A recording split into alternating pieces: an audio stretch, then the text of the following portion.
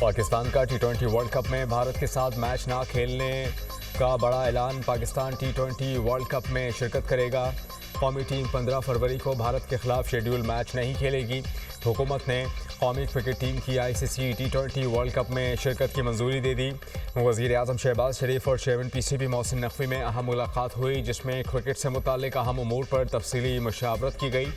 मुलाकात 40 मिनट तक जारी रही। मुलाकात के बाद हुकूमत पाकिस्तान ने ऐलान किया कि पाकिस्तान टी20 वर्ल्ड कप खेलेगा, लेकिन भारत के खिलाफ मैच नहीं खेलेगा।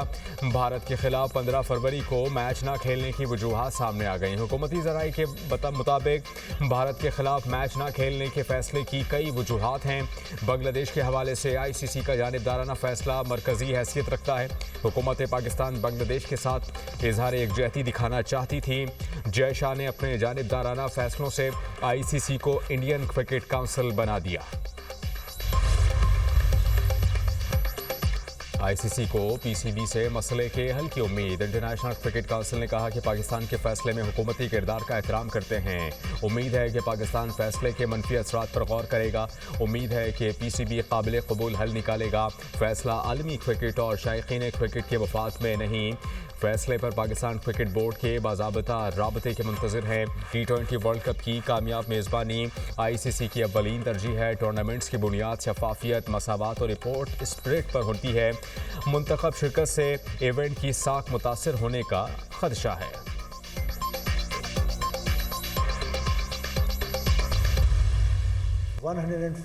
डेड बॉडीज जो हैं वो हमारे पास हैं। We manage to kill 145 terrorist in 40 hours. इन दहशतगर्दों ने 5 खवातीन को और 3 बच्चों को वहाँ पर बेदर्दी के साथ भून डाला है और ये बलोचियत का नारा लगाते हैं। इसलिए मैं हमेशा कहता हूँ कि कोई इनकी कौमियत नहीं है, कोई ये कौम की जंग नहीं है, ये सिर्फ दहशत की जंग है। तो आप हिंदुस्तान की इमा पे इस तरह के वाक़यात करके पाकिस्तान को डिस्टेबलाइज करने की कोशिश करते हैं। ये खालिस्तन बंदूक के जोर पर अपना नजरिया हम पर मुसलत करना चाहते हैं और बलोच को एक लाहासिल जंग में धकेलना चाहते हैं। हम 1000 साल तक ये जंग लड़ेंगे, लेकिन they can not take inch from us. वज़ीर आला बलूचिस्तान की 40 घंटों में 145 दहशतगर्दों की हलाकत की तस्दीक। सरफराज बुगटी ने कहा कि हमारे पास दहशतगर्दों की लाशें मौजूद हैं। दहशतगर्दों ने खवातीन और बच्चों को भी बेदर्दी से कत्ल किया। ये बलोच कौम को लाहासिल जंग की तरफ धकेल रहे हैं। इनकी कोई कौम और कबीला नहीं, इन्हें बलोच नहीं कहना चाहिए। खारिज भारत की ईमा पर पाकिस्तान को गैर मुस्तहकम करने की कोशिशों में मसरूफ़ हैं।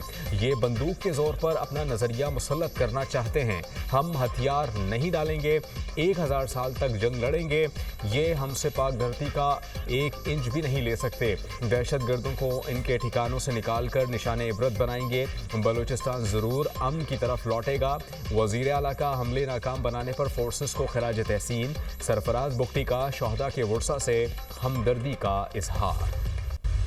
कल जो मुख्तलिफ जगह पे वाक़यात हुए हैं, नोशकी में FC हेडक्वार्टर को टारगेट किया गया।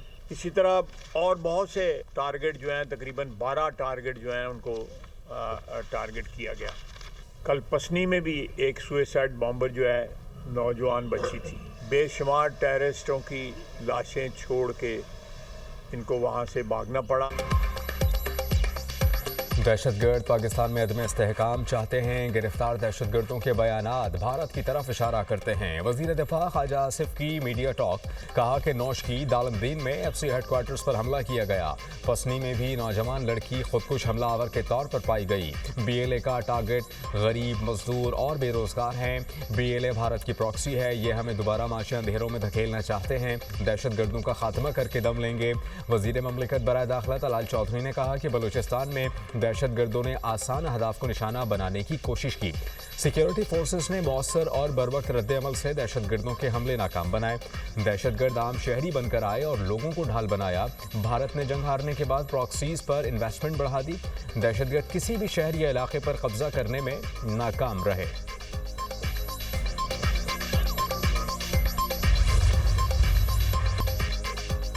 वज़ीर दाखिला मोहसिन नकवी, वज़ीर आला बलूचिस्तान सरफराज बुगटी और कोर कमांडर बलूचिस्तान की CMH कोयटा आमद। ज़ख्मी पुलिस एहलकारों की क़यादत। बुलंद हौसले को सराहा। मोहसिन नकवी ने कहा कि आपने शेरों की तरह दहशतगर्दों का मुकाबला किया। ज़ख्मी पुलिस एहलकारों का कहना है कि फितना और हिंदुस्तान के दहशतगर्दों को नीस्त नाबूद कर देंगे। हमारे जज्बे बुलंद और अज़्म पुख्ता हैं, सेहतयाब होकर दोबारा इस फितने के खिलाफ लड़ेंगे।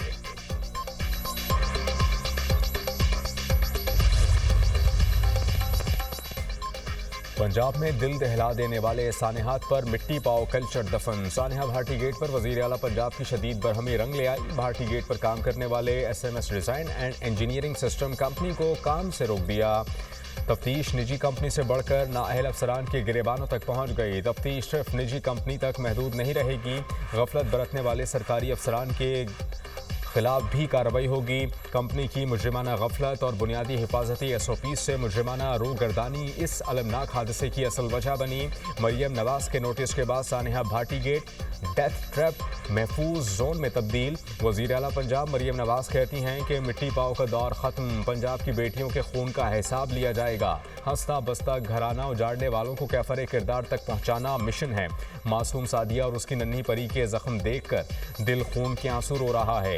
ये जख्म पंजाब के माथे पर लगे हैं।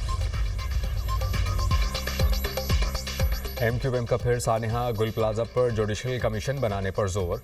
फारूक सत्तार का सानेहा गुल प्लाजा मुतासरीन से मुताल्लिक तकरीब से खिताब। कहा कि चीफ जस्टिस अपनी सरबराही में कमीशन तश्कील दें और TORs भी वाज़ेह होने चाहिए।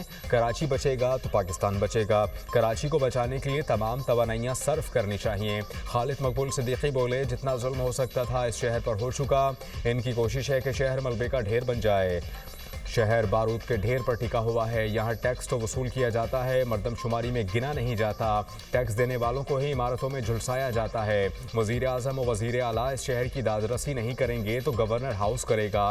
गवर्नर सिंध कामरान टेसोरी ने कहा कि भारतीय स्पॉन्सर्ड दहशतगर्द बलूचिस्तान में दहशतगर्दी कर रहे हैं। बलूचिस्तान में किसी बहन या भाई का खून बहेगा तो दहशतगर्दों की नस्लें तबाह कर देंगे। भारत पाकिस्तान में होने वाली दहशतगर्दी में मुलव्विस पाया गया तो घुस कर मारेंगे।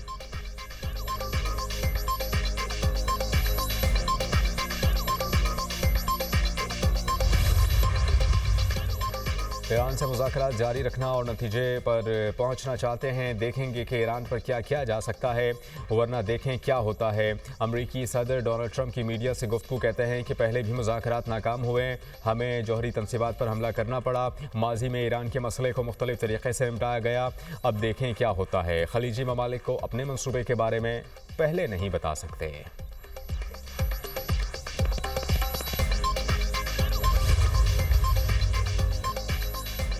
जंग के लिए तैयार हैं, खित्ते में अमरीकी अड्डे हदफ होंगे। ईरानी वज़ीर ख़ारजा अब्बास अराग़ची का दो टुक पैगाम। कहा कि जंग हुई तो ये हमारी सरहदों से बाहर निकल जाएगी। जंग सब के लिए तबाही का बाइस बनेगी। अमरीका पाबंदियाँ उठा ले तो हम भी मुआहदे का एहतराम करेंगे। अमरीका के साथ दोबारा मुज़ाकरात होते देख रहे हैं। कुछ सालिस एतमाद बहाल करने की कोशिश कर रहे हैं।